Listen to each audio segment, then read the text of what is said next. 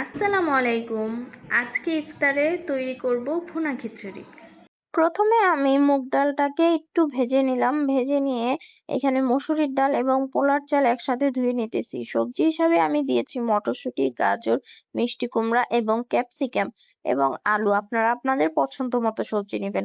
চুলাতে কড়াই বসিয়ে আমি দিয়ে দিলাম তেল। তেল দেওয়ার পর আমি দিয়ে দিয়েছি কিছু পরিমাণ পেঁয়াজ। পেঁয়াজটা হালকা গরম হওয়ার পর আমি সবজিগুলো দিয়ে দিলাম আদা রসুন বাটা।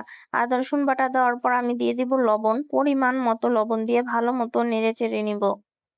কিছুক্ষণ পর আমি দিয়ে দিব পরিমাণ মতো হলুদের গুঁড়া এবং একটু পরিমাণ মরিচের গুঁড়া এবং গরম মশলার গুঁড়া এবং ধনিয়ার গুঁড়া দেওয়া শেষে আমি ভালো মতো নেড়ে চেড়ে আবার মিক্স করে ভেজে নিব নিতেছি। সবকিছু। তারপর আগে থেকে ধুয়ে রাখা চাল এবং ডালগুলো দিয়ে দিব। চেষ্টা করবেন ডালের পরিমাণ এবং চালের পরিমাণ সমান সমান রাখার, তাহলে খেতে খুব স্বাদ হবে।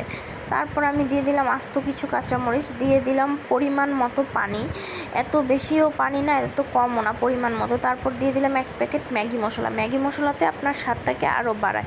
তারপর যখন বলক আসছে তখন আমি ঢেকে দিয়েছি। ঢেকে দেওয়ার পর 5 মিনিট পর উঠিয়ে আমি দিয়ে দিলাম হাতে বানানো আমাদের বাসার ঘি। ঘি দেওয়ার পর 10 মিনিট অপেক্ষা করার পর হয়ে গেল মজাদার খিচুড়ি ইফতারিতে।